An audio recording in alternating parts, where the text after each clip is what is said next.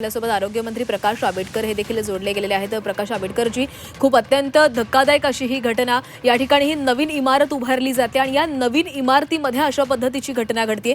3 नवजात बालकांना आपला जीव गमवावा लागला। त्यांनी धड आयुष्यही बघायला सुरुवात केली नव्हती। त्यांच्या पालकांनी, त्यांच्या कुटुंबियांनी त्यांना हातातही धड घेतलेलं नव्हतं आणि आज ही दुर्घटना घडलेली आहे।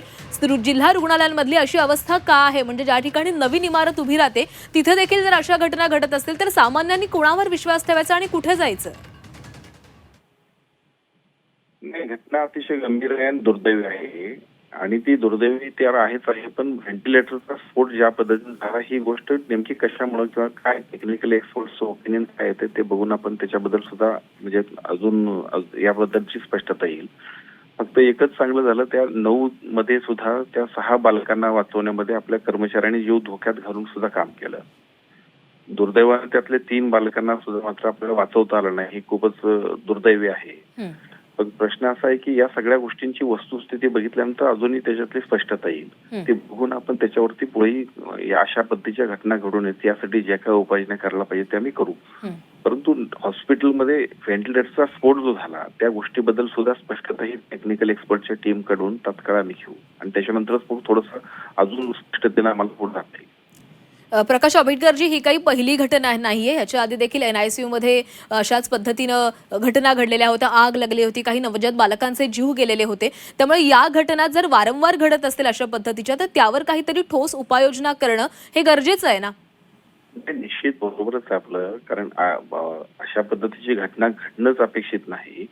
फक्त व्हेंटिलेटरचा स्फोट झाला तो खूपच, मी आता सगळ्या अधिकाऱ्यांशी बोललो, त्यांचं म्हणणं की इतका प्रचंड अशा पद्धतीचा स्फोट झाला की ज्यामुळे तिथे जायला सुद्धा किंवा कर्मचारी सुद्धा ज्यावेळेस धावपळ करत होते त्या सगळ्या बालकांना वाचवायला, त्यावेळेस त्यांना सुद्धा त्या सगळ्या आगीचा किंवा त्या स्फोटाचा फटका बसला। इतकी गंभीर त्या सगळ्या परिसरात त्याची परिस्थिती होती।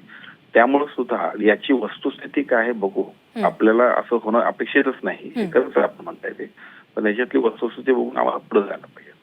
प्रकाश आंबेडकरजी, आता यावरून आणखीन एक मुद्दा निर्माण होतो, तो म्हणजे आता फायर ऑडिट या इमारतींचं वेळेवर होतं की नाही होतं यावर देखील आता या संदर्भात काही सगळ्या रुग्णालयांना आदेश दिले जातील का की फायर ऑडिट इमारतींचं होतंय की नाही हे तपासलं जावं?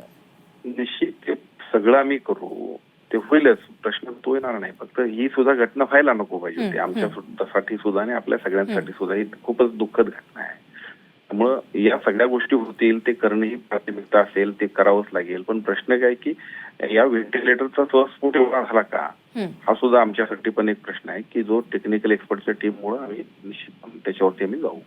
नक्कीच प्रकाश आंबेडकरजी, धन्यवाद दिलेल्या प्रतिक्रियेसाठी। तर या सगळ्या घटनेची आता सखोल चौकशी केली जाणार आहे। व्हेंटिलेटरचा स्फोट या ठिकाणी झालेला होता असं रुग्णालयातील अधिकाऱ्यांकडून देखील सांगण्यात आलेलं आहे। सोबतच आरोग्यमंत्री प्रकाश आंबेडकर देखील आपल्यासोबत जोडले गेलेले होते आणि त्यांनी देखील या संदर्भातली माहिती दिलेली आहे। रुग्णालयामध्ये व्हेंटिलेटरचा मोठ्या प्रमाणामध्ये स्फोट झाला आणि त्यानंतर आगीच्या ज्वाळा भडकल्या। रुग्णालयातील या कर्मचाऱ्यांकडून बाळांना वाचवण्याचा प्रयत्न झाला, त्यातले 6 बालकांना वाचवलं गेलेलं आहे, मात्र 3 बालकांचा यामध्ये मृत्यू झालेला आहे। या प्रकरणाची सखोल चौकशी केली जाणार असल्याची देखील माहिती आरोग्यमंत्र्यांकडून देण्यात आलेली आहे।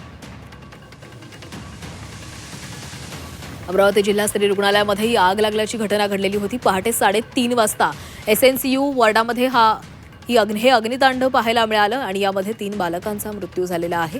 याआधी देखील अशा अनेक घटना समोर आलेल्या होत्या। बालकांच्या विभागांमध्ये घटना घडलेल्या होत्या आगीच्या आणि त्यामध्ये अनेक बालकांना आपला मृत्यू गमावलेला होता। या घटना सगळ्या समोर असताना देखील एका नव्यानं सुरू केलेल्या इमारतीमध्ये हे रुग्णालय होतं, म्हणजेच नवी इमारत रुग्णालयाची उभारण्यात आलेली होती आणि तिथं देखील ही घटना घडते, म्हणजे हे अत्यंत धक्कादायक आहे, संतापजनक आहे आणि दुर्दैवी आहे।